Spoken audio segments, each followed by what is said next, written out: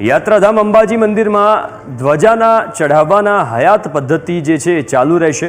ભક્તો અફવાઓથી દૂર રહીને ગેરમાર્ગે ન દોરાય તે માટે મંદિરના વહીવટદારે આ નિવેદન આપ્યું છે।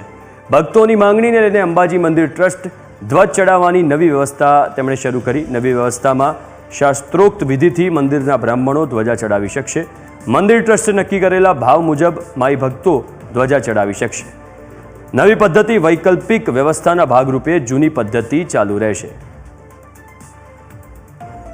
ભક્તોને માઈ ભક્તોને ધ્વજારોહણનો લાભ મળી રહે તે માટે મંદિર દ્વારા ધ્વજા પૂજા અને ધ્વજારોહણની વ્યવસ્થા કરવામાં આવી છે। એમાં મંદિર દ્વારા જ ધ્વજાની પૂજા થાય, મંદિરના શાસ્ત્રી કે પૂજારી દ્વારા એની પૂજા અર્ચના થાય, એની સરસ રીતે એનું સામૈયું થાય ઢોલ નગારા સાથે, એ પણ મંદિર ટ્રસ્ટ કરશે। ત્યારબાદ એને 5-7 ફોટોગ્રાફ એને આપી અને એને પોતાની સંભાળો લઈ જઈ શકશે।